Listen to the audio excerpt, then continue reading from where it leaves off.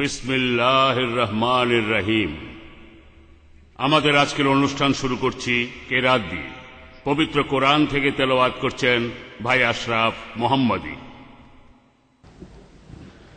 أعوذ بالله من الشيطان الرجيم. بسم الله الرحمن الرحيم.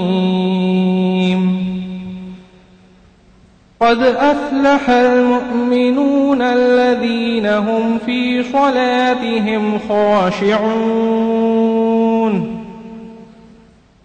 والذين هم عن اللغو معرضون والذين هم للزكاة فاعلون والذين هم لفروجهم حافظون إلا على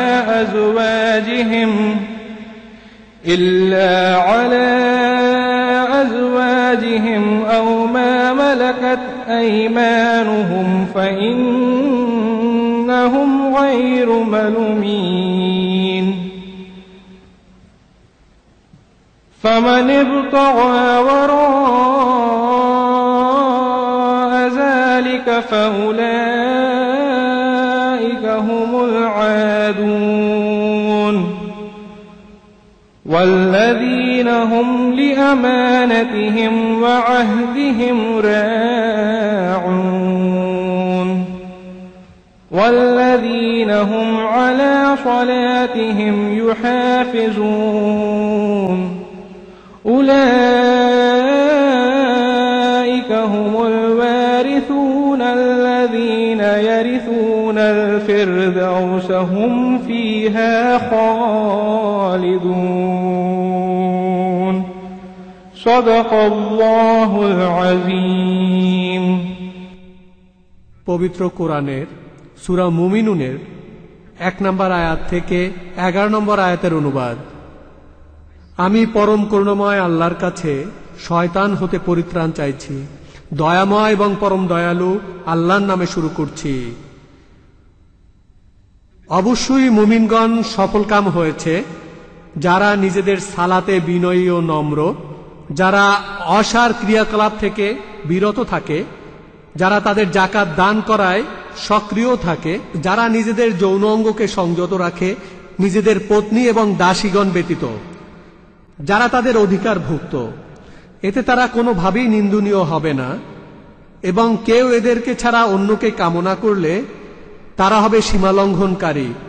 এবং যারা নিজেদের আমানত ও প্রতিশ্রুতি রক্ষা করে আর যারা নিজেদের সালাতে যত্নবান থাকে, আর তারাই হবে অধিকারী হবে জান্নাতুল ফেরদৌসের, আর সেখানেই তারা চিরস্থায়ী হবে। নিশ্চয়ই আল্লাহ সত্যি কথা বলছেন। শ্রদ্ধেয় ভাই ও বোনেরা, আসসালামু আলাইকুম। আপনারা সবাই শান্তিতে থাকুন। ইসলামিক রিসার্চ ফাউন্ডেশনের পক্ষ থেকে আমি ডক্টর মোহাম্মদ নায়েক এই অনুষ্ঠানে আপনাদের সবাইকে স্বাগত জানাচ্ছি। ইসলামের দাওয়ায় নিয়োজিত ইসলামিক রিসার্চ ফাউন্ডেশন এই ধর্মের বিভিন্ন ধারণা সঠিকভাবে আর পরিষ্কারভাবে সবাইকে বোঝাতে চায়, আর ইসলাম সম্পর্কে অনেক মুসলিম আর অমুসলিমদের মধ্যে যে ভুল ধারণাগুলো আছে সেগুলো দূর করতে চায়। প্রমাণ, যুক্তি আর আধুনিক বিজ্ঞানের সাহায্যে এই ধারণাগুলির গ্রহণযোগ্য ব্যাখ্যা দেয়া হয়। ইসলামিক রিসার্চ ফাউন্ডেশনের নিয়মিত অনুষ্ঠানগুলোর মধ্যে রয়েছে পাবলিক লেকচারের আয়োজন করা, যার পরেই থাকে উন্মুক্ত প্রশ্নোত্তর পর্ব, সিম্পোজিয়াম, উন্মুক্ত মতবিনিময় অনুষ্ঠান, এছাড়াও সাইড প্রোগ্রাম। আল্লাহ সুবহানাহু ওয়া তাআলা যেন আমাদের এই প্রচেষ্টাকে কবুল করে নেন এবং তার এই দিনকে এগিয়ে নিয়ে যাওয়ার সুযোগ আর সামর্থ্য যেন আমাদের দেন। আমিন। ডক্টর জাকির নায়েক হলেন এই ইসলামিক রিসার্চ ফাউন্ডেশনের প্রেসিডেন্ট। পেশাগতভাবে একজন মেডিকেল ডাক্তার হলেও ডক্টর জাকির এখন পুরোপুরিভাবে ইসলামের সত্যকে প্রসারের কাজে নিয়োজিত রয়েছেন। পাশাপাশি ইসলাম সম্পর্কে অনেক মুসলিম আর অমুসলিমের বিভিন্ন ভুল ধারণা দূর করেছেন তার বিভিন্ন পাবলিক লেকচার আর টিভি প্রোগ্রাম এসবের মাধ্যমে। ডক্টর জাকির বিশেষভাবে জনপ্রিয়। অকাট্য যুক্তি দিয়ে বলা তার উত্তরগুলির জন্য যখন তার লেকচার শেষে দর্শক শ্রোতারা বিভিন্ন প্রশ্ন করেন। সালাহ ঈমান অথবা বিশ্বাসের পর ইসলাম ধর্মে সবচেয়ে গুরুত্বপূর্ণ স্তম্ভ। সালাহ মুসলিমদের ইবাদতের আরবি পরিভাষা, যেটাকে সাধারণত সবাই জানে উর্দু ভাষায় নামাজ নামে। আজকে ডক্টর জাকির আপনাদের বলবেন সালাহর ইসলামিক দৃষ্টিভঙ্গি ও ধারণা এবং এর উদ্দেশ্য। আজকের লেকচারের টপিক সালাহ, ন্যায়পরায়ণতার প্রোগ্রামিং। ভাই এবং বোনেরা, ডক্টর জাকির নায়েক। আলহামদুলিল্লাহ ওয়াসসালাতু ওয়াসসালাম আলা রাসূলিল্লাহ ওয়া আলা আলিহি ওয়া সাহবিহি আজমাইন। আম্মা বাদ, আউযু বিল্লাহি মিনাশ শাইতানির রাজীম। বিসমিল্লাহির রহমানির রহিম।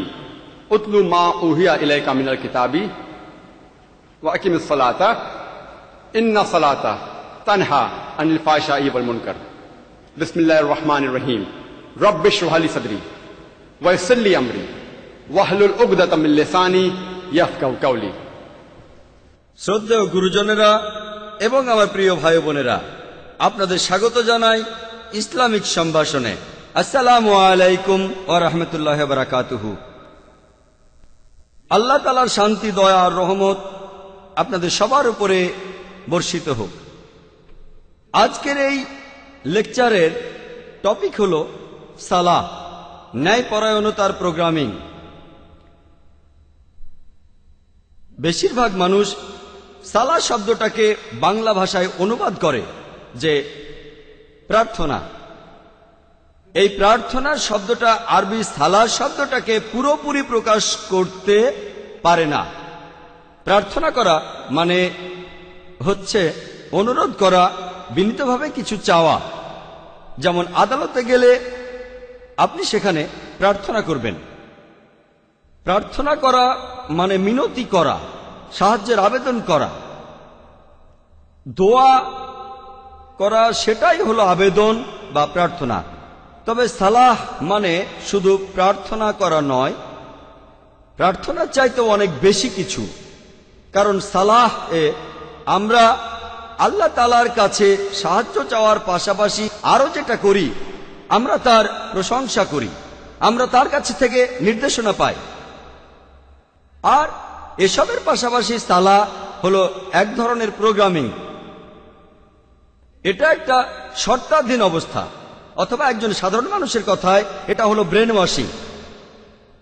তবে যদি কেউ সালাহ আদায় করতে যায় এবং অন্য কেউ যদি তাকে জিজ্ঞেস করে যে আপনি কোথায় যাচ্ছেন, সে যদি বলে ব্রেন ওয়াশিং করতে যাচ্ছে অথবা কোনো প্রোগ্রামে যাচ্ছে, এটা শুনতেই অদ্ভুত লাগবে। সেজন্য আমি ব্যক্তিগতভাবে কিছু মনে করি না যদি মানুষ আরবি শব্দ সালাহটাকে প্রার্থনা বলে। কিন্তু তাদের এটা মনে রাখতে হবে যে সালাহ আসলে প্রার্থনার চাইতে অনেক বেশি কিছু। যখনই আপনারা প্রোগ্রামিং শব্দটা শোনেন, আপনারা তখনই ভাবেন একটা কম্পিউটারের কথা। যদি আপনি ধরে নেন যে মানুষ হলো একটা যন্ত্র, তাহলে আমি বলবো এই যন্ত্রটা হলো পুরো পৃথিবীর মধ্যে সবচেয়ে জটিল যন্ত্র।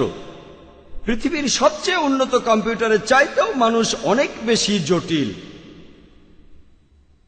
আর আমরা মানুষ জাতি, আমরা হলাম আশরাফুল মখলুকাত, আল্লাহ সুবহানাহু ওয়া তাআলার সবচেয়ে সেরা সৃষ্টি।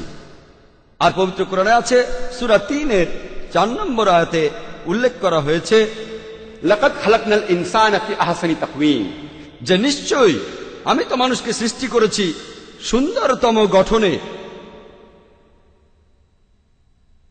মনোবিজ্ঞানীরা তারা আমাদের বলেন যে আমাদের মন সরাসরিভাবে আমাদের নিয়ন্ত্রণে নেই, শরীর সরাসরিভাবে আমাদের নিয়ন্ত্রণে।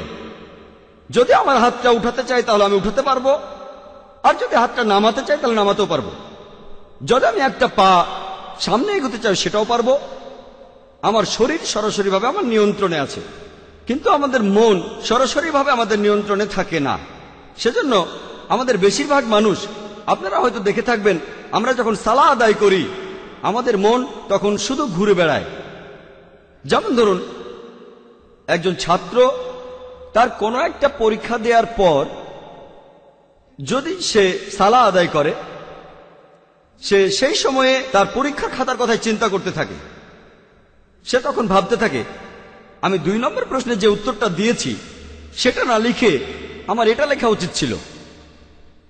যদি কোনো ব্যবসায়ী সালা আদায় করে, সে চিন্তা করতে থাকে যে আজকে আমি কতখানি লাভ করলাম, কতগুলো জিনিস আমি বিক্রি করলাম। যদি একজন গৃহিণী সালা আদায় করে, সে তখন হয়তো ভাবতে পারে যে আমার স্বামীর জন্য আজকে আমি কি রান্না করব, বিরিয়ানি রান্না করব নাকি পোলাও। এটা খুবই স্বাভাবিক যে সালাতের সময় আমাদের মন শুধু এখানে ওখানে ঘুরে বেড়ায়। আমাদের মন ঘুরে বেড়ায় কেন? এর কারণ হলো আমাদের মানুষের মন আসলে খালি, আর এই মন খালি থাকতে পারে না, সেজন্য মন ঘুরে বেড়ায়। বেশিরভাগ মুসলিম সালা আদায়ের সময় যেগুলো আমরা বলি সেগুলো জানেন। সূরা ফাতিহা, পবিত্র কোরআনের আরো কিছু আয়াত, পবিত্র কোরআনের কয়েকটা ছোট ছোট সূরা, এগুলো আমরা সালাতের সময় বলি। মুসলিমরা আমরা এগুলো এত যান্ত্রিকভাবে পড়ি যে আপনি যদি কোনো মুসলিমকে ঘুম থেকে ডেকে তোলেন আর তাকে সূরা ফাতিহা বলতে বলেন, সে এই কাজটা 100 মাইল স্পিডে করতে পারবে। আলহামদুলিল্লাহ রাব্বিল আলামিন আর-রাহমানির মালিক একেবারে যান্ত্রিক। যেহেতু এটা যান্ত্রিক, আমাদের মনের খুব সামান্য একটা অংশ এখানে ব্যস্ত থাকে। এই যান্ত্রিক অংশগুলো বলার সময় আমরা সেগুলো ভালোভাবেই জানি, যেমন সূরা ফাতিহা আর কোরআনের অন্যান্য আয়াত। বেশিরভাগ মুসলিম আমরা বেশিরভাগই অনারব, আমরা আরবি ভাষায় কথাবার্তা বুঝতে পারি না। আর যেহেতু আমরা সালাতের সময় যেটা পড়ছি সেটা বুঝতে পারছি না, তখনই এই সম্ভাবনাটা দেখা দেয় যে আমাদের মন চিন্তা করবে। সেজন্য মন যাতে এইসব চিন্তা না করতে পারে, আমরা সালাতের সময় আরবিটা পড়ব, আর একই সাথে আমরা এই আরবি আয়াতগুলোর অর্থ বুঝতে চেষ্টা করব। যদি ইংরেজি জানেন, ইংরেজি অনুবাদটা মনে করেন। যদি আপনি উর্দু জানেন, উর্দু অনুবাদটা মনে করেন। যদি আপনি হিন্দি জানেন, হিন্দি অনুবাদটা মনে করেন। যদি মারাঠি ভাষা জানেন সেটা মনে করেন। যদি গুজরাটি ভাষা জানেন সেটা মনে করেন। আপনি সেই ভাষার অনুবাদটা মনে রাখেন যে ভাষাটা আপনি সবচেয়ে ভালো জানেন। যেমন ধরুন, আমরা যখন সূরা ফাতিহা পড়ি, বিসমিল্লাহির রহমানির রহিম, দয়াময় ও পরম দয়ালু আল্লাহর নামে শুরু করছি। আলহামদুলিল্লাহি রাব্বিল আলামিন, সকল প্রশংসা জগৎ সমূহের মালিক আল্লাহর। আর রহমান রহিম, যিনি দয়াময় এবং পরম দয়ালু। মালিক ইয়াউমিদ্দিন, তিনি কর্মফল দিবসের মালিক। ইয়াকা নাবুদু ওয়া ইয়াকা নাস্তাইন, আমরা শুধু তোমার ইবাদত করি, শুধু তোমার সাহায্য চাই। ইহদিনাস সিরাতাল মুস্তাকিম, আমাদের সরল পথ দেখাও।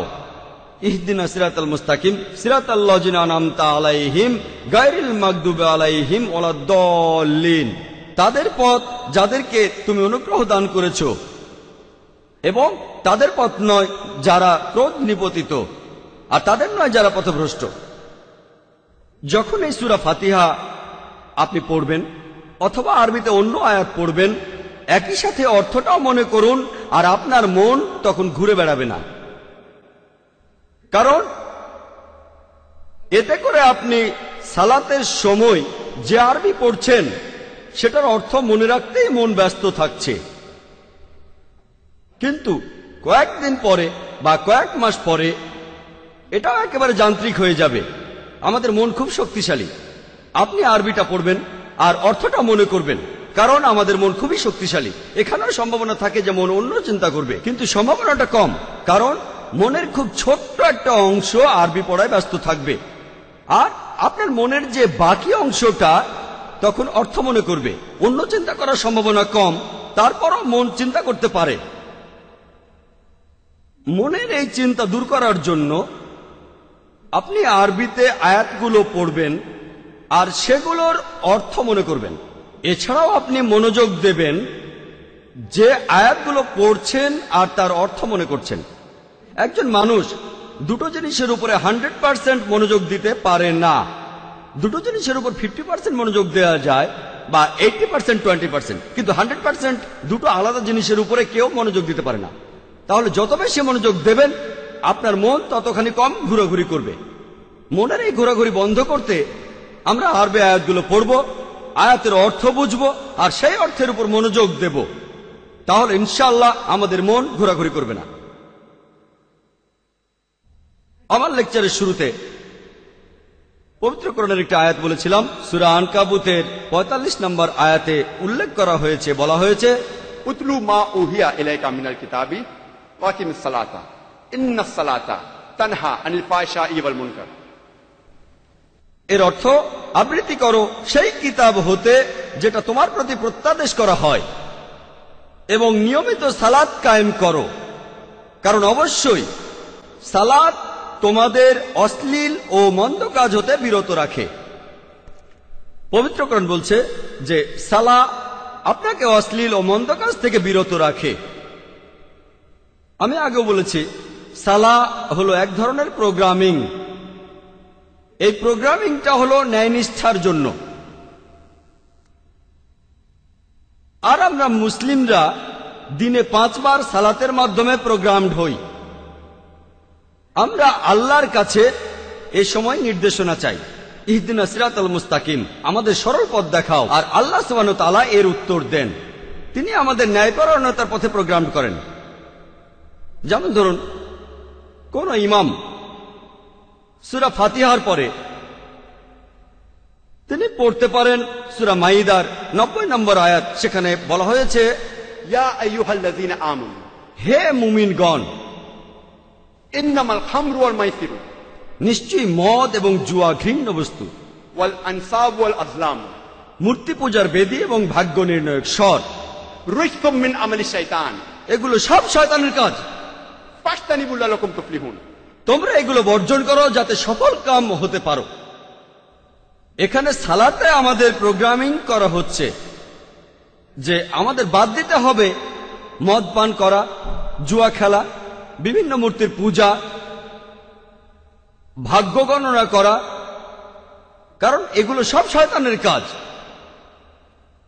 ইমাম সূরা ফাতিহার পরে পড়তে পারেন সূরা মাইদার 3 নম্বর আয়াত। সেখানে উল্লেখ করা হয়েছে,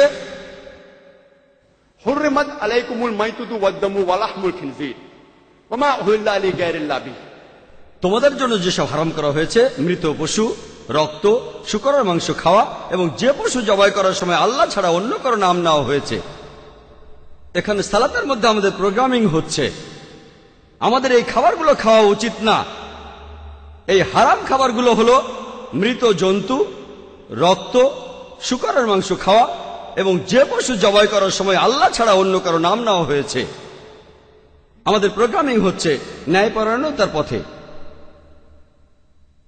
ইমাম সূরা ফাতিহার পরে তিনি পড়তে পারেন সূরা ইসরার 23 নম্বর ও 24 নম্বর আয়াত। সেখানে বলা হয়েছে যে আল্লাহ সুবহানাহু ওয়া তাআলা তোমাদের নির্দেশ দিয়েছেন তোমরা শুধু তার ইবাদত করো এবং পিতামাতার সহিত সদ্ব্যবহার করো।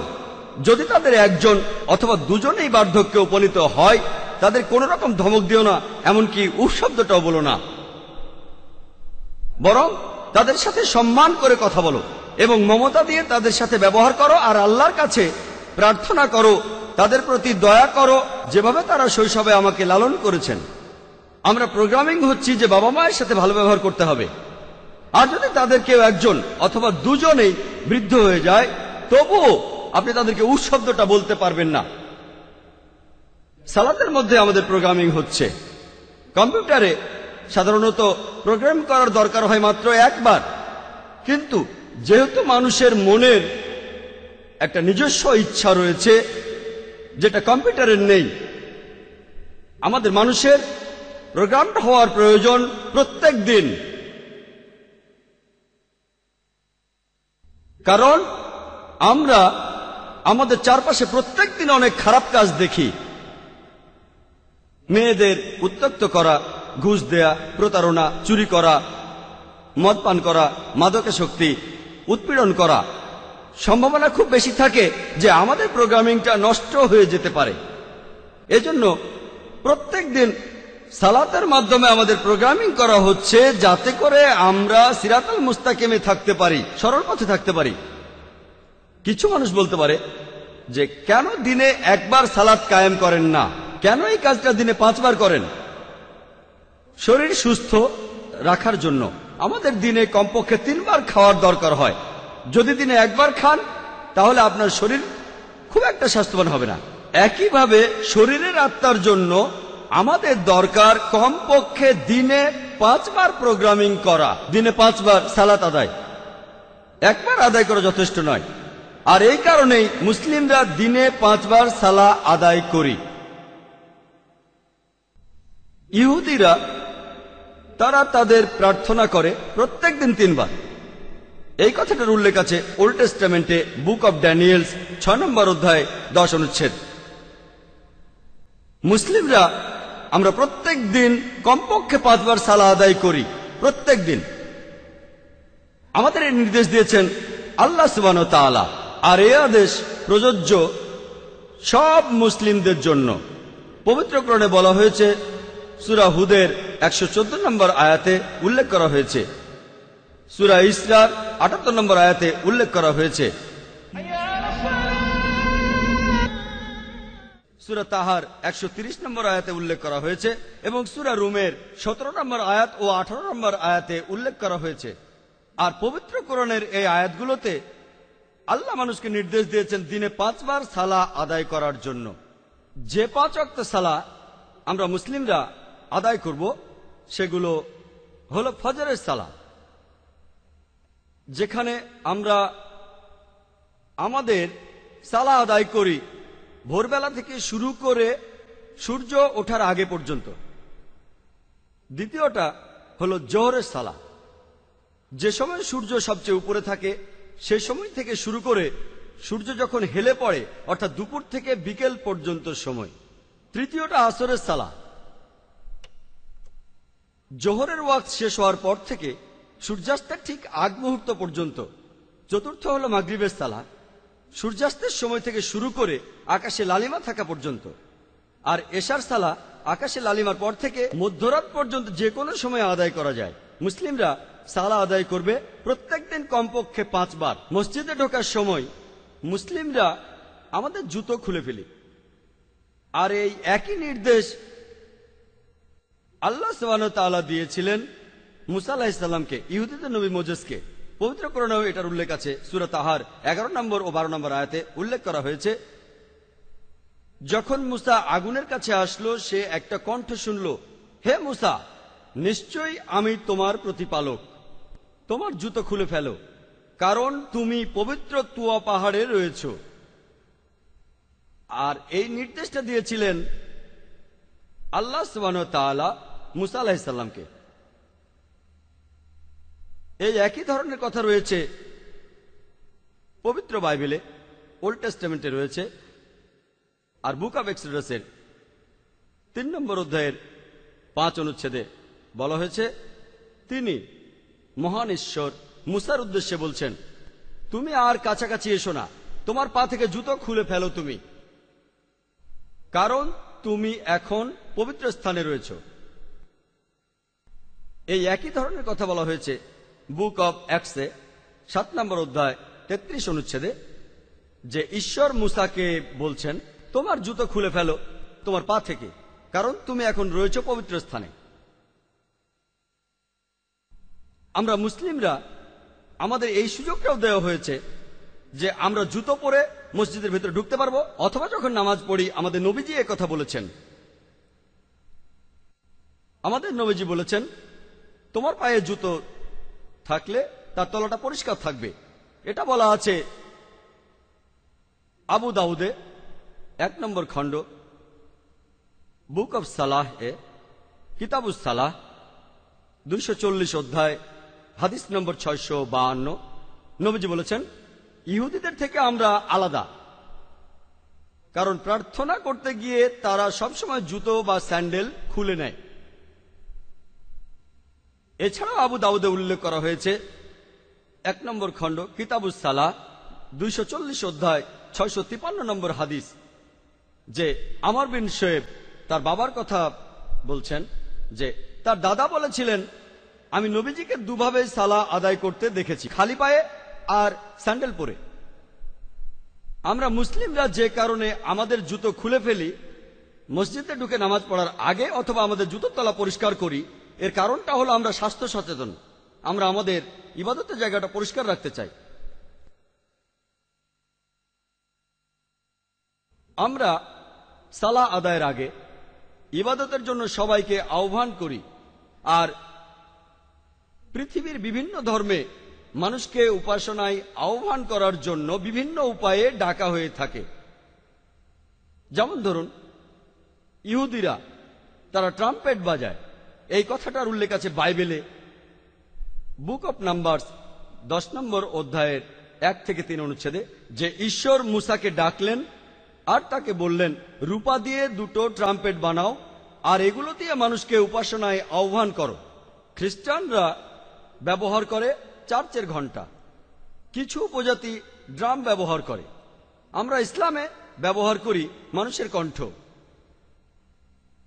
আর ইবাদতের এই আহ্বান, এটাকে বলা হয় আজান।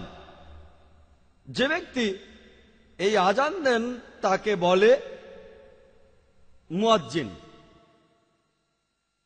মানুষের কণ্ঠ অনেক বেশি শ্রুতিমধুর যদি এর সাথে আপনি তুলনা করেন ট্রাম্পেট, ঘণ্টা বা ড্রামকে। আর আজান মানুষের উপরে অনেক বেশি প্রভাব ফেলতে পারে। এমন অনেক অমুসলিম আছেন যারা ইসলাম গ্রহণ করেছেন শুধুমাত্র আজানের কথাগুলো শুনেই। এই শ্রুতিমধুর আজানে তারা এতটাই মুগ্ধ হয়, এই আজান তাদের হৃদয়, তাদের মন আর আত্মার উপর এতটাই প্রভাব ফেলে যে তারা ইসলাম গ্রহণ করে। তবে দুর্ভাগ্যজনকভাবে আমরা বোম্বেতে যেসব আজান শুনি তার বেশিরভাগই শ্রুতিমধুর নয়, যেমনটা হওয়া উচিত ছিল। আর এই আজানে মানুষের জন্য অসুবিধাই বেশি হয়। সেজন্য আমি সব মুয়াজ্জিনকে অনুরোধ করব, আপনারা হারমাইন শরীফের আজানটা শুনবেন, মদিনার মসজিদে নববী আর মক্কায় মসজিদে হারামের আজান। এই আজানগুলো শুনবেন যে আজান আসলে কেমন হওয়া উচিত। আজান শ্রুতিমধুর আর মনে শান্তি দেয়, পাশাপাশি আজান একটা বার্তাও বহন করে। তবে দুর্ভাগ্যজনকভাবে বেশিরভাগ অমুসলিমই তারা জানে না যে আজান আসলে কি বার্তা বহন করে আনে। গত ডিসেম্বরে আমি কেরালায় ছিলাম, গিয়েছিলাম একটা কনফারেন্সে যারা আয়োজন করেছিল কিছু মুসলিম, আর সেখানে একজন অমুসলিম মিনিস্টারকে আমন্ত্রণ করা হয়েছিল। তিনি তখন স্টেজের উপরে বক্তৃতা দিচ্ছিলেন, আর তিনি সেখানে মুসলিম এবং ইসলাম সম্পর্কে কিছু ভালো কথাও বলেছিলেন। তিনি বলেছিলেন যে ইন্ডিয়ানরা আমরা মুসলিমদের নিয়ে খুবই গর্বিত, মোগল শাসক তাদের জন্য আমরা গর্বিত। তারা খুব সুন্দর সুন্দর প্রাসাদ বানিয়েছিল, সুন্দর অনেক জিনিস বানিয়েছিল, আর সেজন্যই মুসলিমরা আমরা প্রত্যেক দিন 5 বার সম্রাট আকবরকে প্রশংসা করি। এটা শুনে হয়তো কৌতুক মনে হবে, তবে অনেক অমুসলিমই এমনটা মনে করেন, বিশেষ করে ইন্ডিয়ায়, যে আমরা আজান আর সালাতের সময় মোগল সম্রাট আকবরের প্রশংসা করি।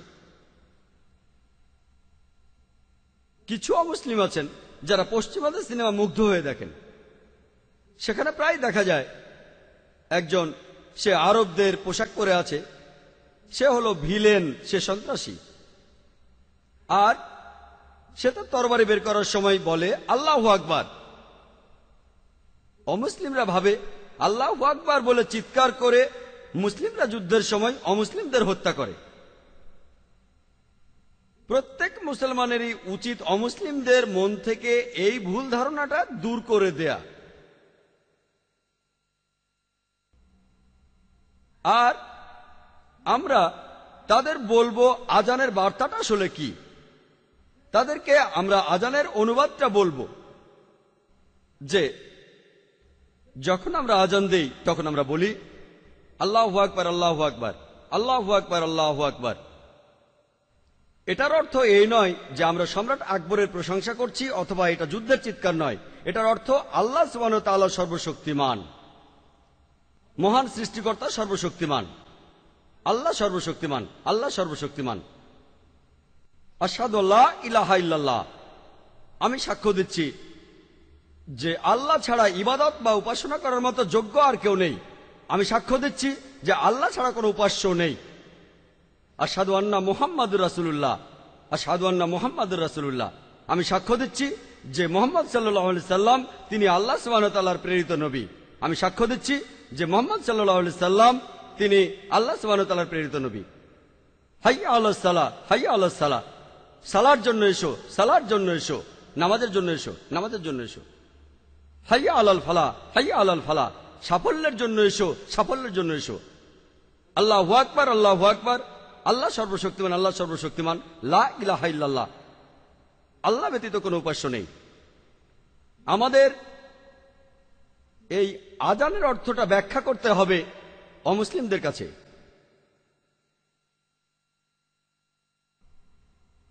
এটা কর্তব্য মুসলিমদের যে আমরা অমুসলিম ভাইদের কাছে ইসলামের বার্তা পৌঁছে দেব আর তার ব্যাখ্যা করব। সালাহ আদায়ের আগে আমরা সব সময় নিজেদেরকে পবিত্র করে নেই, তার মানে আমরা নিজেদের পরিষ্কার করে নিই, তার মানে আমরা ওযু করি। পবিত্র কোরআনে এই কথা বলা হয়েছে সূরা মাইদার 6 নম্বর আয়াতে উল্লেখ করা হয়েছে যে ইয়া আইয়ুহাল্লাযিনা আমানু, হে মুমিনগণ, যখন তোমরা সালাতের জন্য প্রস্তুত হবে তখন তোমরা তোমাদের মুখমণ্ডল ও হাত কনুই পর্যন্ত ধৌত করবে, তোমাদের মাথা মাসাহ করবে এবং তোমাদের পা গোড়ালি পর্যন্ত ধৌত করবে। এটা আবশ্যিক যে প্রত্যেক মুসলিম তারা সবাই পবিত্র হবে, সবাই ওযু করবে যখন তারা সালাহ আদায় করবে। আর একই ধরনের কথা রয়েছে পবিত্র বাইবেলে, আছে বুক অব এক্সোডাসে 40 নম্বর অধ্যায় 31 ও 32 অনুচ্ছেদে, যে মুসা এবং হারুন আর তাদের পুত্ররা তারা তাদের হাত এবং পা ধৌত করল, তারপর প্রার্থনার জন্য মন্দিরে ঢুকলো। তারা যখন পূজার বেদির কাছে আসলো তারা পরিষ্কার হলো যেভাবে ঈশ্বর নির্দেশ দিয়েছিলেন মুসাকে। একই ধরনের কথা রয়েছে বুক অব অ্যাক্টসে 21 নম্বর অধ্যায়ের 26 অনুচ্ছেদে, যে পল সেই লোকদের নিয়ে গেলেন আর পরের দিন তাদের নিয়ে তিনি পবিত্র হলেন এবং মন্দিরে প্রবেশ করলেন। আমরা মুসলিমরা আমরা সালাহ আদায়ের আগে নিজেদের পবিত্র করি, নিজেদের পরিষ্কার করি, আমরা ওযু করি যাতে আমরা পরিষ্কার থাকি, আমরা স্বাস্থ্য সচেতন। আর এছাড়াও পবিত্র হওয়ার পাশাপাশি ওযুর মাধ্যমে আমরা বিশেষ ধরনের একটা মনস্তাত্ত্বিক প্রস্তুতি নেই, মানসিক প্রস্তুতি নেই, যে আমরা এখন আল্লাহ সুবহানাহু ওয়া তাআলার সাথে যোগাযোগ করব। আমাদের নবীজি বলেছেন, সহিহ বুখারীতে উল্লেখ আছে 1 নম্বর খণ্ড বুক অব সালাহ 56 নম্বর অধ্যায় 429 নম্বর হাদিস, যে এই পৃথিবী সৃষ্টি হয়েছে এজন্য যাতে আমি আর আমার অনুসারীরা সিজদা দিতে পারি। এটা একটা মসজিদ। মসজিদ অর্থ যে স্থানে সিজদা দেয়া হয়।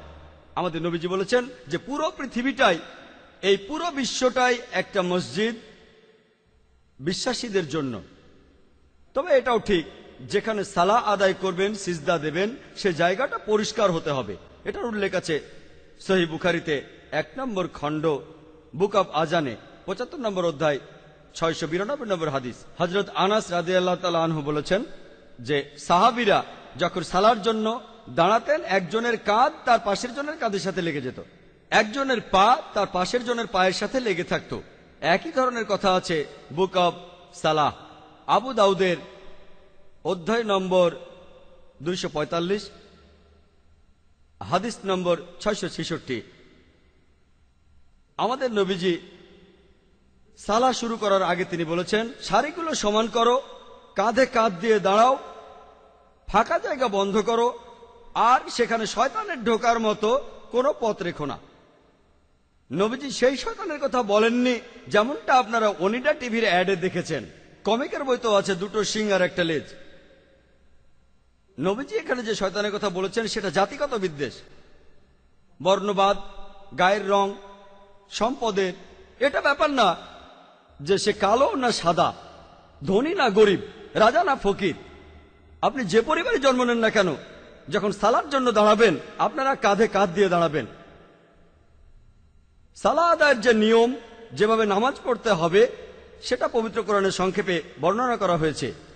পবিত্র কোরআনে সূরা আল বাকারার 144 নম্বর আয়াতে একথা উল্লেখ করা হয়েছে যে তোমরা মুখ ফেরাও মসজিদুল হারামের দিকে, তোমরা যেখানেই থাকো না কেন সেই দিকে তোমাদের মুখ ফেরাও। সালাহ আদায়ের সময় এটা আবশ্যিক যে আমরা কিবলার দিকে মুখ করে দাঁড়াবো, মসজিদুল হারামের দিকে মুখ করে, কাবা শরীফের দিকে। আর ইন্ডিয়ায় মুসলিমরা আমরা যেদিকে মুখ করে দাঁড়াই সেটা পশ্চিম দিক। আমি ইন্ডিয়ায় যখন ভ্রমণ করি, যদি আমি কিবলার দিকটা না জানি কোন দিকে দাঁড়াবো, তখন যদি কোনো অমুসলিমকে জিজ্ঞেস করি, আমি পশ্চিম দিকের কথা জিজ্ঞেস করি না। আমি যেটা করি তাকে জিজ্ঞেস করি পূর্ব দিক কোনটা, তারপর আমি উল্টো দিকে মুখ করে দাঁড়াই। না হলে সে হয়তো ভাববে যে আমরা আসলে পশ্চিমাদের উপাসনা করছি। পবিত্র কোরআন বলছে, সূরা আল বাকারার 238 নম্বর আয়াতে উল্লেখ করা হয়েছে যে তোমরা যখন সালাতে আল্লাহকে মনে করবে, তোমরা আল্লাহর উদ্দেশ্যে বিনীতভাবে দাঁড়াবে। পবিত্র কোরআন বলছে, সালাহ আদায়ের সময় তোমরা আল্লাহর উদ্দেশ্যে বিনীতভাবে দাঁড়াও। আর সালার সময় সূরা ফাতিহা পড়াটা আবশ্যিক। আর পবিত্র কোরআনে সূরা হিজরের 87 নম্বর আয়াতে উল্লেখ করা হয়েছে যে আমি তো তোমাকে দিয়েছি 7 আয়াত যা বারবার পড়া হয়, এবং দিয়েছি মহান কোরআন। যে 7 আয়াত বারবার পড়া হয় সেটা হলো সূরা ফাতিহা। এটাকে আরো বলা হয় মাইনর কোরআন, আর কোরআনের বাকি অংশটাকে বলা হয় মহান কোরআন। এটা আমাদের জন্য আবশ্যিক যে সালার প্রত্যেক রাকাতে আমরা সূরা ফাতিহা পড়ব। রুকু শব্দটা অর্থাৎ মাথা নোয়ানো, পবিত্র কোরআনে এই শব্দটার উল্লেখ আছে সব মিলিয়ে মোট 13 বার। আর সিজদা শব্দটা যেটা সালার শ্রেষ্ঠ অংশ, এই শব্দটা পবিত্র কোরআনে উল্লেখ আছে সব মিলিয়ে 92 বার। এটার উল্লেখ আছে পবিত্র কোরআনে 32টি আলাদা সূরায়। আর একটা আলাদা অধ্যায় আছে 32 নম্বর অধ্যায়, যেটার নাম সূরা সাজদা, মাটিতে উপর হওয়া। পবিত্র কোরআনে বলা হয়েছে, সূরা ইমরানের 43 নম্বর আয়াতে উল্লেখ করা হয়েছে, ইয়া মারিয়াম মুকনুতি লিরাব্বিকি ওয়াসজুদি ওয়ারকাই মা'আর রাকিঈন।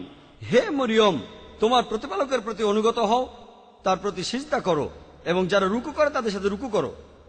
পবিত্র কোরআন বলছে, সূরা হাজের 77 নম্বর আয়াতে উল্লেখ করা হয়েছে, ইয়া আইয়ুহাল্লাযিনা আমানু, হে মুমিনগণ, তোমরা সিজদা করো ও রুকু করো এবং আল্লাহর ইবাদত করো ও সৎকর্ম করো, যাতে সফল কাম হতে পারো।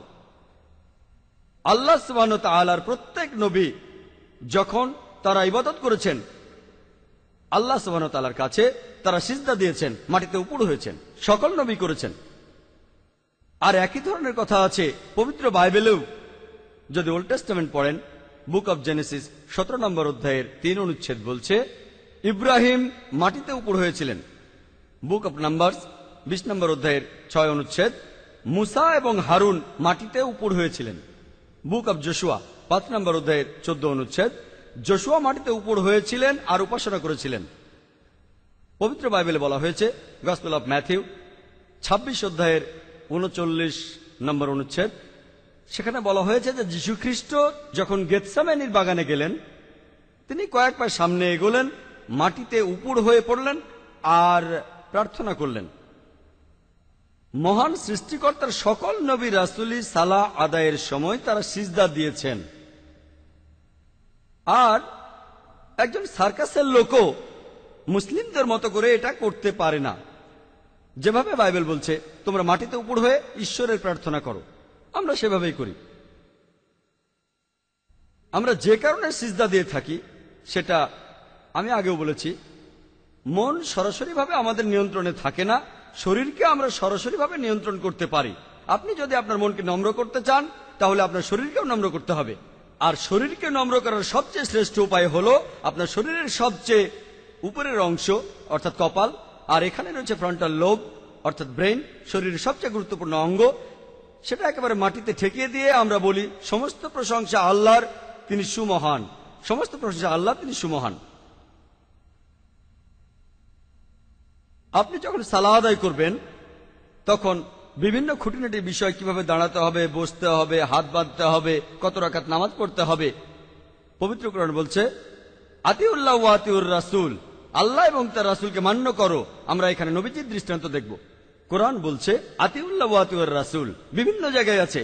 সূরা ইমরানের 32 নম্বর আয়াতে উল্লেখ আছে, সূরা ইমরানের 132 নম্বর আয়াতে উল্লেখ আছে, সূরা নিসার 59 নম্বর আয়াতে উল্লেখ করা হয়েছে, সূরা মাইদার 92 নম্বর আয়াতে উল্লেখ করা হয়েছে, সূরা আনফালের 1 নম্বর আয়াতে উল্লেখ করা আছে, সূরা আনফালের 20 নম্বর আয়াতে উল্লেখ করা হয়েছে, সূরা আনফালের 46 নম্বর আয়াতে উল্লেখ করা হয়েছে, সূরা নূরের 54 নম্বর আয়াতে উল্লেখ করা হয়েছে, সূরা নূরের 56 নম্বর আয়াতে উল্লেখ আছে, সূরা মুহাম্মাদের 33 নম্বর আয়াতে উল্লেখ আছে, সূরা মুজাদিলার 13 নম্বর আয়াতে উল্লেখ করা হয়েছে, বিভিন্ন জায়গায় আছে।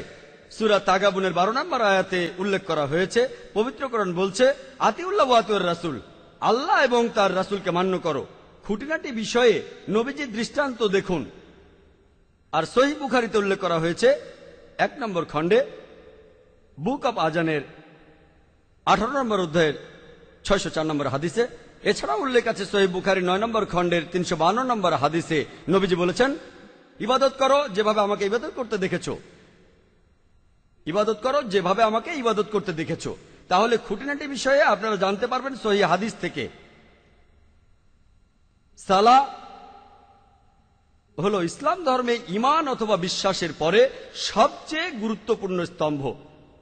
পবিত্র কোরআন বলছে সূরা জারিয়াতের 56 নম্বর আয়াতে উল্লেখ করা হয়েছে ওমা খালাকতুল জিন্না ওয়াল ইনসা ইল্লা লিয়াবুদুন, যে আমি সৃষ্টি করেছি জিন এবং মানুষকে এজন্য যে তারা আমার ইবাদত করবে। আরবিতে ইবাদত শব্দটা এসেছে আরবি শব্দ আব্দ থেকে, যার অর্থ একজন দাস, একজন ভৃত্য। আর প্রত্যেক ভৃত্যেরই উচিত হবে তার প্রভুর অনুগত হওয়া। পৃথিবীর প্রত্যেক মানুষই আল্লাহ সুবহানাহু ওয়া তাআলার ভৃত্য, মহান স্রষ্টার দাস। আর এই পৃথিবীর সব মানুষেরই উচিত আল্লাহ সুবহানাহু ওয়া তাআলার অনুগত হওয়া। আর যখনই আপনি আল্লাহ সুবহানাহু ওয়া তাআলার নির্দেশ মেনে চলছেন, আপনি তখন ইবাদত করছেন, আল্লাহর উপাসনা করছেন। যদি যে কাজগুলো নিষেধ করেছেন আল্লাহ সুবহানাহু ওয়া তাআলা, সে কাজগুলো করা থেকে বিরত থাকেন, আপনি তাহলে ইবাদত করছেন। অনেক মানুষেরই একটা ভুল ধারণা আছে যে সালাহ এটাই হলো একমাত্র ইবাদত। আসলে সালাহ হলো সবচেয়ে ইসলাম ধর্মের গুরুত্বপূর্ণ ইবাদত, তবে একমাত্র ইবাদত নয়। আল্লাহ সুবহানাহু ওয়া তাআলার আদেশ মেনে চলাটাও ইবাদত, আর সালাহ হলো ইসলাম ধর্মের সবচেয়ে গুরুত্বপূর্ণ ইবাদত। সালাহ শব্দটার আরেকটা অর্থ হলো আনুগত্য প্রকাশ করা। আর আপনি তখনই অনুগত হবেন যদি নামাজের সময় সবকিছু বুঝে শুনে বলেন, যদি জানেন যে আল্লাহ সুবহানাহু ওয়া তাআলা আপনাকে কি করতে নির্দেশ দিয়েছেন।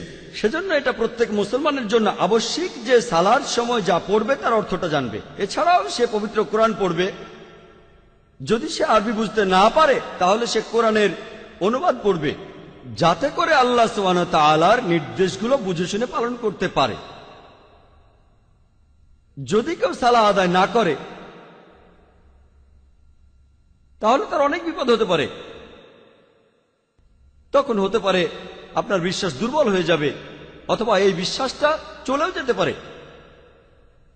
কারণ মানুষ আসলে মনে করে পৃথিবীতে তার যে সম্পদ আর সম্মান আছে এর কারণ হলো পৃথিবীর সব বস্তুগত জিনিস। এভাবে সে আল্লাহ সুবহানাহু ওয়া তাআলার কাছ থেকে দূরে সরে যায়। এই নিয়ম শৃঙ্খলার অভাবেই সে আল্লাহ সুবহানাহু ওয়া তাআলা থেকে দূরে সরে যায়। পৃথিবীর বিভিন্ন জিনিসের মোহ থাকলে, বস্তুগত জিনিসের, তাহলে সম্ভাবনা থাকে যে সে অন্যায় কাজ করবে। এভাবে সে সিরাতাল মুস্তাকিম থেকে দূরে সরে যাবে, সরল পথ থেকে। মনের ভেতরে তখন শান্তিও থাকবে না। আপনার কাছে যে পরিমাণ সম্পত্তি থাকুক না কেন, এই সম্পদ আপনাকে শান্তি দিতে পারবে না। আর মানুষজন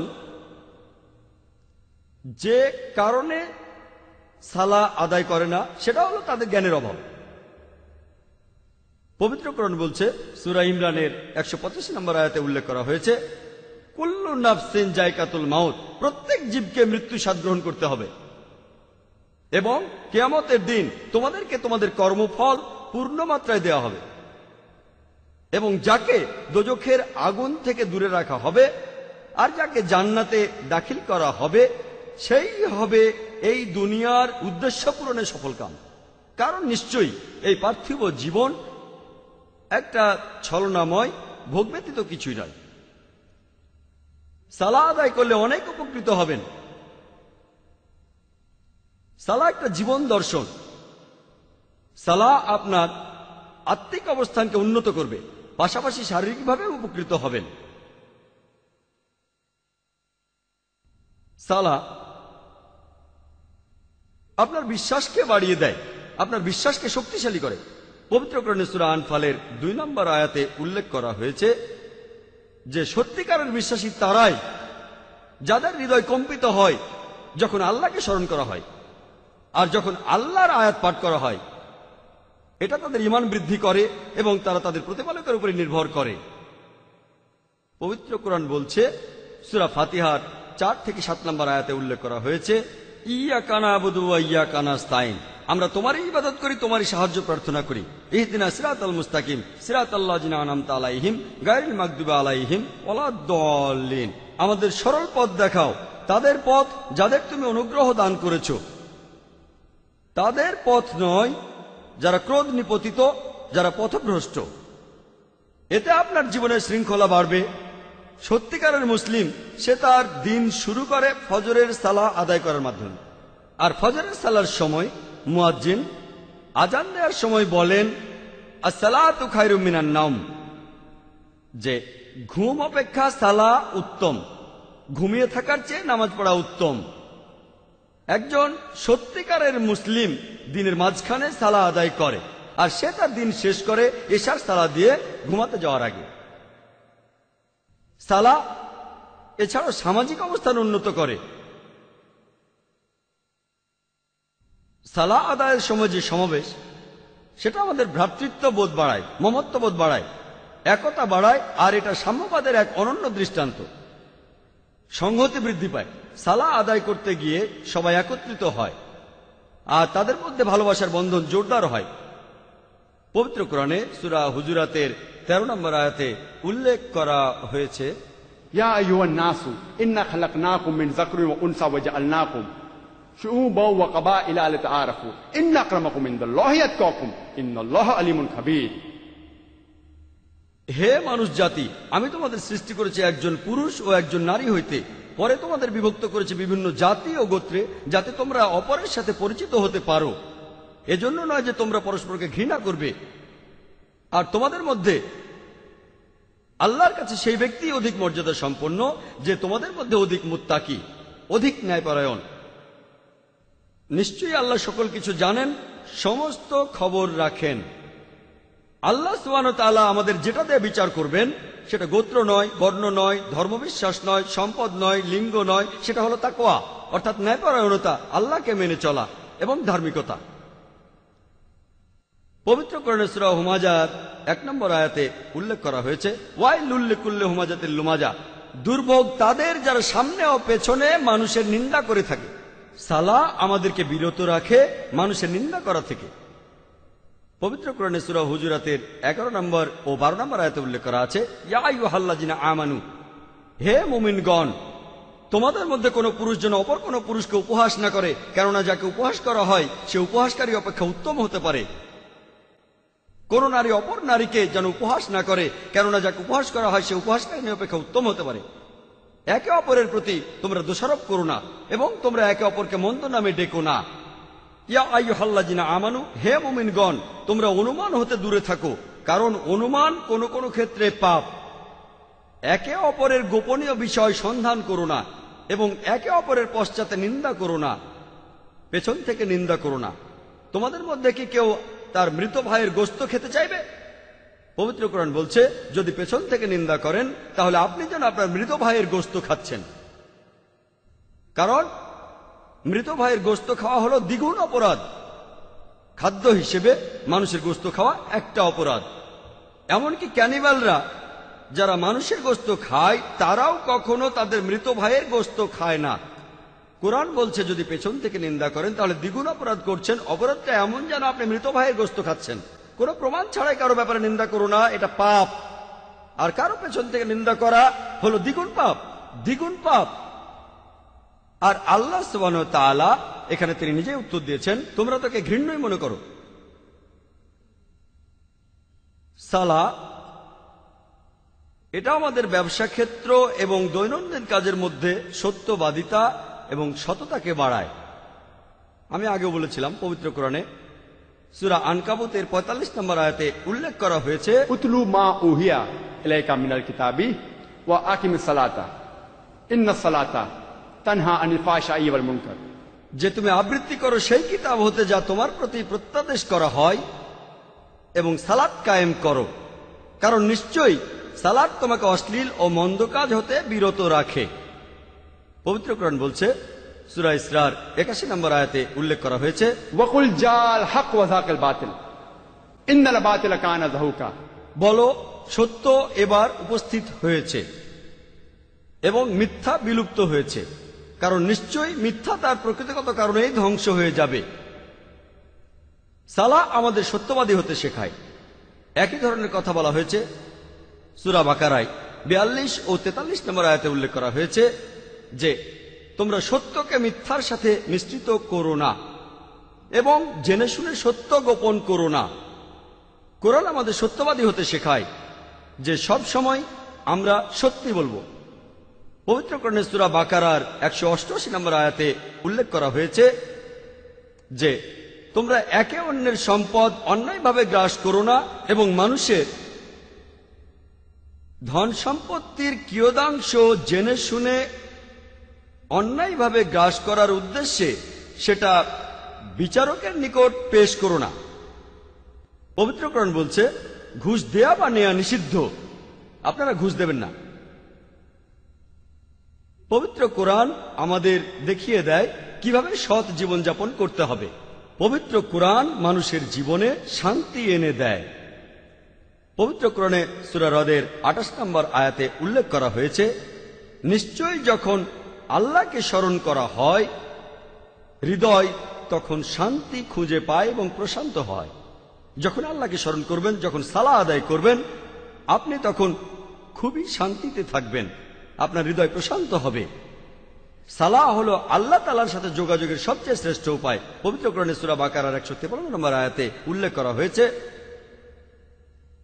ইয়া আইয়ুহাল্লাযীনা আমানু ইসতাঈনু বিস-সাবরি ওয়াস-সালাহ, হে মুমিনগণ ধৈর্য ও সালাতের মাধ্যমে তোমরা আল্লাহর সাহায্য প্রার্থনা করো। ইন্নাল্লাহা মা'আস-সাবিরিন, আর নিশ্চয়ই আল্লাহ সুবহানাহু ওয়া তাআলা ধৈর্যশীলদের সাথে আছেন। আল্লাহ বলছেন ইন্নাল্লাহা মা'আস-সাবিরিন, আর নিশ্চয়ই আল্লাহ তাআলা ধৈর্যশীলদের সাথে আছেন। সামাজিক উপকারিতার পাশাপাশি, আত্মিক উন্নতির পাশাপাশি, অন্যান্য উপকারের পাশাপাশি সালাহ থেকে আমরা পাই বিভিন্ন শারীরিক উপকারিতা। সালাতের সময় যখন রুকুতে যায়, যখন মাথা নোয়ায়, শরীরের উপরের অংশে তখন অতিরিক্ত রক্ত প্রবাহিত হয়, মেরুদণ্ড তখন হয়ে যায় নমনীয়, মেরুদণ্ডের বিভিন্ন নার্ভ শক্তিশালী হয়, মেরুদণ্ড বা পিঠের ব্যথা দূর হয়ে যায়। এতে করে দূর হয় পেট ফাঁপা জাতীয় সমস্যাগুলো। এরপরে যখন উঠে দাঁড়াই, অর্থাৎ রুকুর পরে যখন উঠে দাঁড়াই, শরীরের উপরের অংশে যেটুকু রক্ত প্রবেশ করেছে সেটার প্রবাহ তখন স্বাভাবিক হয়, শরীরও তখন রিল্যাক্সড হয়। যখন আমরা সেজদা দেই তখন আমাদের কপাল মাটিতে ঠেকাই। এটা হলো সালাতের সবচেয়ে শ্রেষ্ঠ অংশ, এটা হলো সালাতের সবচেয়ে গুরুত্বপূর্ণ অংশ। প্রত্যেক দিন মানুষের শরীর তার চারপাশের বিভিন্ন ইলেকট্রোস্ট্যাটিক চার্জের সংস্পর্শে আসে। এই চার্জ তারপরে গিয়ে পৌঁছায় মানুষের নার্ভাস সিস্টেমে, আর সেখানেই জমা হয়ে থাকে। এই অতিরিক্ত ইলেকট্রোস্ট্যাটিক চার্জ শরীর থেকে বের করে দেয়া প্রয়োজন, তা না হলে আপনার মাথা ব্যথা করবে, পিঠে ব্যথা করবে, মাংসপেশিতে টান পড়বে। এসব সমস্যাতে রেহাই পেতে আমরা ট্রাঙ্কুলাইজার আর বিভিন্ন প্রকারের ওষুধ নিই। এই অতিরিক্ত ইলেকট্রোস্ট্যাটিক চার্জ আমাদের শরীর থেকে বের করে দিতে হবে। যেমন ধরুন, এমন কোন যন্ত্র যেখানে প্রচুর বিদ্যুতের প্রয়োজন হয়, সেখানে সাধারণত দেখা যায় একটা 3 পিন প্লাগ আছে। তৃতীয় পিন আর তৃতীয় তারটা মাটিতে চলে যায়, আর্থিং করা হয়। একইভাবে আমরা যখন সিজদায় যাই, আমাদের কপাল মাটিতে ঠেকাই। শরীরের সবচেয়ে শ্রেষ্ঠ অংশ হলো ব্রেইন, আর ব্রেইনের শ্রেষ্ঠ অংশ হলো ফ্রন্টাল লোব, সেটা মাটিতে ঠেকানো হয়। এ সময় অতিরিক্ত ইলেকট্রোস্ট্যাটিক চার্জগুলো মাটিতে চলে যায়।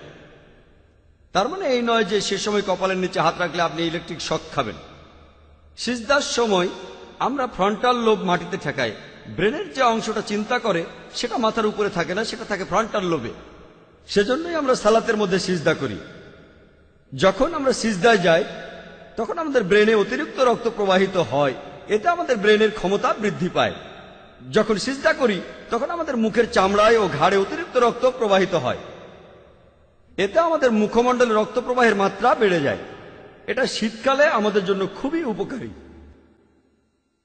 বিভিন্ন অসুখ থেকে বাঁচতে পারি, যেমন ফাইব্রোসাইটিস ও চিলব্লেন। যখন সিজদা করি তখন প্যারানাইজাল সাইনাসের ড্রেনেজ তৈরি হয়, এতে করে সাইনোসাইটিসের সম্ভাবনা কমে যায়, যেটা হলো সাইনাসের প্রদাহ।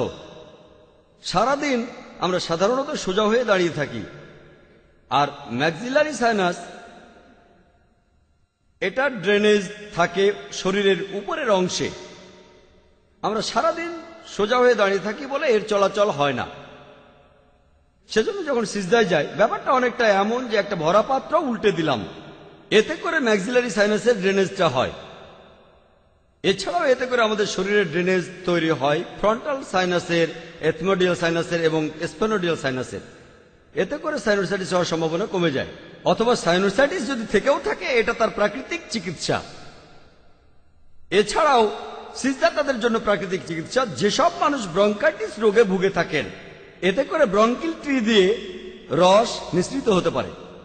সিজদার কারণে ব্রঙ্কিল ট্রিতে রস জমা হয়ে থাকতে পারে না, এতে করে বিভিন্ন পালমোনারি অসুখের চিকিৎসা করা যায় যেখানে আমাদের শরীরে রস জমা হয়। আমাদের শরীরে রস ছাড়াও ধুলাবালি আর রোগ জীবাণু জমা হতে পারে। সিজদার মাধ্যমে এইসব অসুখেই উপকার পাওয়া যায়। আমরা যখন নিঃশ্বাস নেই তখন আমাদের ফুসফুসের মাত্র 2/3 ব্যবহার করে থাকি, আর বাকি 1/3 ফুসফুসের সেখানে বাতাস থেকে যায়। মাত্র 2/3 তাজা বাতাস আমাদের ফুসফুসে ঢোকে আর বের হয়ে যায়, ঢোকে আর বের হয়। বাকি 1/3 বাতাসকে বলে রেসিডুয়াল এয়ার। আমরা যখন সিজদা করি তখন আমাদের তলপেট চাপ দেয় আমাদের ডায়াফ্রামে, আর এই ডায়াফ্রাম চাপ দেয় আমাদের ফুসফুসের নিচের অংশে, আর এতে ফুসফুসের সেই রেসিডুয়াল এয়ার বের হয়ে যায়। তাহলে এই বাতাস বের হয়ে গেলে আরো তাজা বাতাস ফুসফুসে ঢোকে, এতে করে আমাদের ফুসফুস স্বাস্থ্যবান হয়। যখন সিজদা করি তখন যেহেতু অভিকর্ষ বল কমে যায়, তলপেটের অঙ্গ প্রত্যঙ্গে রক্ত চলাচল বৃদ্ধি পায়। তলপেটের বিভিন্ন অঙ্গ প্রত্যঙ্গে ধমনীর ভেতরে রক্ত চলাচল সেটা বেড়ে যায়। সিজদা এবং রুকু এগুলোর মাধ্যমে হার্নিয়া, ফিমোরাল ইত্যাদি অসুখের নিরাময় হয়ে থাকে। এছাড়াও সিজদায় অনেক রোগের নিরাময় হয়, তার মধ্যে একটা অসুখ হলো হেমোরয়েড, যেটাকে সাধারণ মানুষ বলে থাকে পাইলস। এছাড়া সিজদার মাধ্যমে জরায়ুর স্থানচ্যুতিকে রোধ করা যায়। যখন সিজদা করি তখন আমাদের শরীরের ভর থাকে হাঁটুর উপরে, আমাদের পা থাকে নমনীয়। এছাড়া আমাদের পায়ের সোলিয়াস ও গ্যাস্ট্রোনিমিয়াস মাসল, এই মাসলগুলোকে বলা হয় পেরিফেরাল হার্ট, কারণ এই মাসলগুলোতে অনেক ধমনী আছে, আর এই ধমনীগুলো দিয়ে শরীরের নিচের অংশে রক্ত প্রবাহিত হয়ে থাকে। এতে করে শরীরের নিচের অংশ রিল্যাক্সড হয়। যখন সিজদায় যায় আমাদের হাঁটু তখন মাটি স্পর্শ করে, হাত এবং কপালও মাটি স্পর্শ করে। এই পদ্ধতিতে কার্ভাইকাল স্পাইনের বিভিন্ন অসুখের নিরাময় হয়, কারণ এই সিজদার মাধ্যমে ইন্টারভার্টিব্রাল জয়েন্টের উপকার হয়। সিজদার মাধ্যমে বিভিন্ন হৃদরোগেরও উপকার পাওয়া যায়। যখন আমরা সিজদা থেকে উঠি আমরা হাঁটু গেড়ে বসি, শরীরের উপরের অংশে যে রক্ত চলে গিয়েছিল সেটা স্বাভাবিক হয় আর শরীরও রিল্যাক্সড হয়। তখন আমাদের উরু আর পিঠের ধমনের মাধ্যমে অতিরিক্ত রক্ত প্রবাহিত হয়। পিঠের মাংসপেশি রিল্যাক্সড হয়। সিজদার মাধ্যমে আমরা উপকার পাব কোষ্ঠকাঠিন্য আর বদহজমে। এতে করে যারা ভুগছেন পেপটিক আলসারে বা পাকস্থলীর অন্য রোগে, তারাও উপকার পাবেন। যখন আমরা বসা থেকে উঠে দাঁড়াই, যখন আমরা সিজদা থেকে উঠে দাঁড়াই, আমাদের শরীরের ভর থাকে তখন আমাদের পায়ের বলের উপরে। এতে করে আমাদের পিঠের মাসল, উরুর মাসল, হাঁটুর মাসল আর পায়ের মাসল শক্ত হয়। যখন আমরা সালাত আদায় করি তখন আমরা শারীরিকভাবে উপকৃত হই। তবে মুসলিমরা শুধু শারীরিক উপকারিতার জন্য সালাত আদায় করে থাকি না, এটা হলো বাড়তি উপকার। আমরা সালাত আদায় করি আল্লাহ তাআলার প্রশংসা করার জন্য, তাকে ধন্যবাদ দিতে। আমরা সালাত আদায় করি নির্দেশনার জন্য, ন্যায় নিষ্ঠার পথে প্রোগ্রাম হওয়ার জন্য। সালাতের এইসব বাড়তি উপকারিতা এমন লোককে আকৃষ্ট করবে যার বিশ্বাস কম, অথবা আকৃষ্ট করবে একজন অমুসলিমকে। কিন্তু মুসলিমরা, আমাদের প্রধান কাজ হলো আল্লাহ তাআলাকে সন্তুষ্ট করা, কারণ এটাই আল্লাহ সুবহানাহু ওয়া তাআলার নির্দেশ, এটাই আমাদের বিরিয়ানি। কিছু মানুষ আছে যারা হয়তো বলবে যে আমরা কিছু মুসলিমকে দেখি যারা প্রত্যেকদিন 5 ওয়াক্ত নামাজ পড়ে, কিন্তু তারপরও তারা ঠকায়, তারা সৎ না, তারা ন্যায়পরায়ণ লোক না। তাহলে আপনি কিভাবে বললেন যে সালাহ হলো ন্যায়পরায়ণতার প্রোগ্রামিং? আমরা জানি কিছু মুসলিম 5 ওয়াক্ত নামাজ পড়েন প্রত্যেক দিন, তারপরেও তারা ন্যায়নিষ্ঠ নন। এই প্রশ্নের উত্তরটা অনুষ্ঠানের শুরুতেই আমাদের কারি দিয়েছিলেন।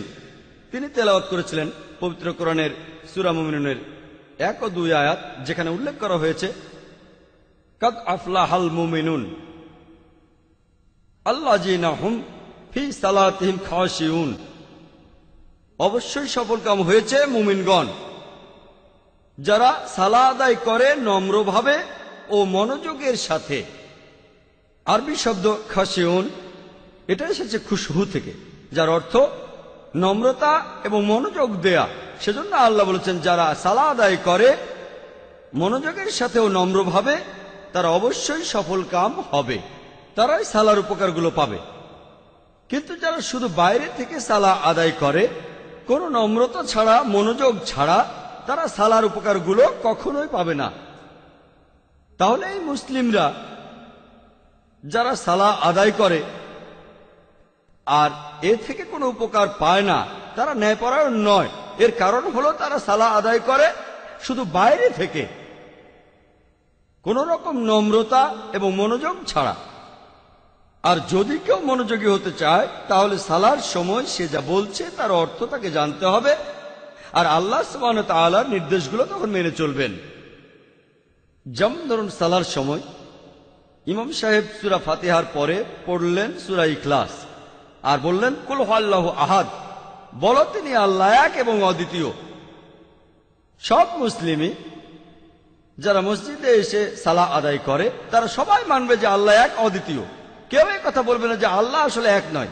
আল্লাহ এখানে ইমামকে নির্দেশনা দিচ্ছেন, ইমাম এখানে যা করছেন তিনি মুসলিমদের কাছে আল্লাহ সুবহানাহু ওয়া তাআলার বাণী পৌঁছে দিচ্ছেন আর বলছেন কুল হুয়াল্লাহু আহাদ, বলো তিনি আল্লাহ এক এবং অদ্বিতীয়। এই কথাটা তাদের কাছে বলো যারা আল্লাহ সুবহানাহু ওয়া তাআলাকে বিশ্বাস করে না, যারা একমাত্র আল্লাহকে বিশ্বাস করে না, তাদেরকে গিয়ে বলো যে বলো তিনি আল্লাহ এক এবং অদ্বিতীয়। অনেক মুসলিম নামাজ পড়ে, কিন্তু যখনই তারা তাদের নামাজ শেষ করে, তারা নামাজের সময় যে কথাগুলো বলেছিল তার কোনো প্রভাব তাদের উপর থাকে না। আর এটার প্রধান কারণ হলো তারা সেই কথাগুলো বুঝতে পারেনি। আপনি যদি সেগুলো বুঝতেই না পারেন, তাহলে প্রয়োগ করবেন কিভাবে? আপনাকে আল্লাহ সুবহানাহু ওয়া তাআলার নির্দেশগুলো মেনে চলতে হবে যদি সালাতের উপকারিতাগুলো পেতে চান। যেমন ধরুন, আপনার একজন ভৃত্য আছে, সে খুবই সময়নিষ্ঠ, সে প্রত্যেকদিন ঠিক সময়ে কাজে আসে, তারপর সে অফিসে এসে শুধু আপনার প্রশংসা করে। কিন্তু তাকে যদি কোনো কাজ করতে বলেন অথবা যদি তাকে এক গ্লাস পানিও আনতে বলেন, সে শুধু আপনার প্রশংসাই করে কিন্তু পানির গ্লাসটা আর আনে না। আপনি বেল বাজালেন আর আপনার ভৃত্য একেবারে দৌড়ে চলে আসলো। বলুন প্রভু, আপনি তাকে বললেন এটা খুবই গুরুত্বপূর্ণ একটা চিঠি, এটা আমার ক্লায়েন্টের কাছে পৌঁছে দাও, খুবই জরুরি। ভৃত্যটা অফিসে বসে থাকলো আর বলে যেতে লাগলো, আমি আমার প্রভুর অনুগত, আমার প্রভু মহান। আপনি কি করবেন? তাকে কি প্রমোশন দেবেন? তাকে কি বোনাস দেবেন? তাকে অফিস থেকে বের করে দেবেন? একইভাবে এটা আমাদের কর্তব্য যে আল্লাহ সুবহানাহু ওয়া তাআলার ভৃত্য হিসেবে আমরা মানুষরা, আমরা আল্লাহ সুবহানাহু ওয়া তাআলার নির্দেশগুলো মেনে চলব। শুধুমাত্র আল্লাহর প্রশংসা করা সেটা যথেষ্ট নয়। যেমন ধরুন, অসুস্থ লোক একজন ডাক্তারের কাছে গেল, আর ডাক্তার তাকে একটা প্রেসক্রিপশন লিখে দিল। ডাক্তার সেখানে লিখলো যে আপনি প্রত্যেক দিন 3 বার করে এই ঔষধগুলো খাবেন। সেই রোগী প্রেসক্রিপশনটা নিয়ে গেল আর প্রত্যেক দিন অত্যন্ত নিষ্ঠার সাথে সে প্রত্যেক দিন 3 বার প্রেসক্রিপশনটা পড়ে নিল, কিন্তু প্রেসক্রিপশনের নির্দেশগুলোকে কাজে পরিণত করলো না, সে ঔষধগুলো খেলো না। আপনার কি ধারণা সে সুস্থ হয়ে উঠবে? তাহলে আপনি যদি সালার উপকারগুলো পেতে চান, আপনি সালার সময় যে কথাগুলো বলেছেন সেগুলো মেনে চলবেন। এই কারণেই কিছু মানুষ সালা আদায় করে কিন্তু সালার উপকারিতাগুলো সে পায় না। আর আল্লাহ সুবহানাহু ওয়া তাআলা এইসব লোকদের বর্ণনা দিয়েছেন পবিত্র কোরআনে সূরা মাউনের 4 থেকে 7 নম্বর আয়াতে। সেখানে বলা হয়েছে, ফাওয়াইলুল লিল মুসাল্লিন আল্লাযিনা হুম আন সালাতিহিম সাহুন আল্লাযিনা হুম ইউরাউন ওয়া ইয়ামনাউনাল মাউন, যে দুর্ভোগ সেই সালাত আদায়কারীদের যারা তাদের সালাত সম্পর্কে উদাসীন, যারা লোক দেখানোর জন্য সেটা করে কিন্তু গৃহস্থালীর কোনো ছোটখাটো কাজও সাহায্য করে না। পবিত্র কোরআন এইসব লোকদের সম্পর্কে বলছে তারা লোক দেখানোর জন্য সালাত আদায় করে, দুর্ভোগ তাদের, তারা অভিশপ্ত। পবিত্র কোরআনে সূরা নিসার 142 নম্বর আয়াতে উল্লেখ আছে যে মুনাফিকরা যখন তারা সালাতের জন্য দাঁড়ায় তখন তারা শৈথিল্যের সাথে দাঁড়ায়, তারা লোক দেখানোর জন্য সালাত আদায় করে এবং আল্লাহকে তারা অল্পই স্মরণ করে। আল্লাহ বলছেন কিছু লোক ধোঁকাবাজি করে, তারা লোক দেখানোর জন্য সালাত আদায় করে কিন্তু শৈথিল্যের সাথে সালাত আদায় করে আর তারা আল্লাহকে অল্পই স্মরণ করে। মুসলিমদের জন্য এটা আবশ্যিক যে প্রত্যেক দিন 5 বার সালাত আদায় করবে, অন্য কোনো সুযোগ নেই। এমনকি যখন ভ্রমণ করবে তখন সালাত আদায় করবে। কিন্তু আল্লাহ সুবহানাহু ওয়া তাআলা কিছু কিছু ব্যাপারে ছাড় দিয়েছেন। আর সূরা নিসায় আল্লাহ বলেছেন 101 নম্বর আয়াতে উল্লেখ করা হয়েছে, তোমরা যখন দেশে বিদেশে সফর করবে তখন সালাত সংক্ষিপ্ত করলে তোমাদের কোনো দোষ নেই। তোমরা যখন সফর করবে তখন তোমাদের সালাত সংক্ষিপ্ত করতে পারবে। জোহর, আসর আর এশার 4 রাকাতের বদলে 2 রাকাত আদায় করতে পারবে। জোহর আর আসরের সালাত একসাথে আদায় করতে পারবে। মাগরিব আর এশার সালাও একসাথে আদায় করতে পারবে। এই সুবিধাটুকু দেওয়া হয়েছে। সালাত না আদায় করার পক্ষে কোনো অজুহাত নেই। এমনকি যখন যুদ্ধক্ষেত্রে থাকবেন তখনও সালাত আদায় করবেন। আল্লাহ সুবহানাহু ওয়া তাআলা আমাদের বলেছেন কিভাবে যুদ্ধক্ষেত্রে সালাত আদায় করতে হবে। পবিত্র কোরআনে সূরা নিসার 102 নম্বর আয়াতে উল্লেখ করা হয়েছে যে, হে রাসূল, তুমি যখন যুদ্ধক্ষেত্রে সালাত আদায় করবে তোমাদের মধ্যে একটা দল যেন তোমার সাথে সালাতে দাঁড়ায় এবং সশস্ত্র থাকে, আর তাদের সালাত শেষ হলে তারা যেন পিছনে অবস্থান করে এবং অপর দলকে সালাত আদায়ের সুযোগ দেয়। তবে সালাত আদায়ের সময় তোমার অস্ত্রটা হাতে নিয়ে সালাত আদায় করতে পারো। পবিত্র কোরআনে সূরা বাকারার 239 নম্বর আয়াতে উল্লেখ করা হয়েছে, যদি তোমরা বিপদের আশঙ্কা করো, আক্রমণের আশঙ্কা, তবে পথচারী অথবা আরোহী অবস্থায় সালাত আদায় করবে। আর যখন নিরাপদ বোধ করবে তখন আল্লাহ সুবহানাহু ওয়া তাআলাকে স্মরণ করবে যেভাবে তিনি তোমাদের শিক্ষা দিয়েছেন।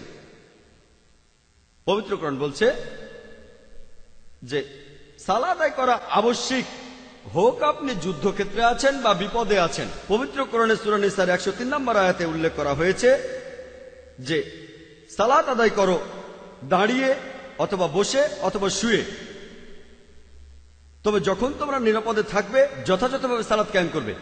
যখন যুদ্ধক্ষেত্রে আছেন, যখন বিপদের আশঙ্কা করছেন, আক্রমণের আশঙ্কা করছেন, আপনি তখন সালাত আদায় করতে পারেন দাঁড়িয়ে অথবা বসে অথবা শুয়ে। এমনকি অসুস্থ থাকলে পবিত্র কোরআনে সূরা ইমরানের 191 নম্বর আয়াতে উল্লেখ করা হয়েছে যে বিশ্বাসীরা সালাত আদায় করে দাঁড়িয়ে, বসে অথবা একপাশে শুয়ে। সহিহ বুখারীতে উল্লেখ করা হয়েছে। সহিহ বুখারীর অনুবাদটা 9টা খণ্ড আছে, এটা প্রথম খণ্ড। আর সহিহ বুখারীতে উল্লেখ আছে দ্বিতীয় খণ্ডে, বুক অব তাকসিরে, 19 নম্বর অধ্যায়ের 218 নম্বর হাদিসে যে একজন লোক নবীজির কাছে গিয়ে বলল সে হেমোরয়েডে ভুগছে, পাইলসে, সে কিভাবে সালাহ আদায় করবে? নবীজি বললেন, দাঁড়িয়ে সালাহ আদায় করো। যদি দাঁড়িয়ে না পারো তাহলে বসে আদায় করো, যদি তাও না পারো তাহলে তুমি শুয়ে সালাহ আদায় করবে। এমনকি যদি অসুস্থ থাকেন এই অজুহাতেও আপনি সালাহ বাদ দিতে পারবেন না।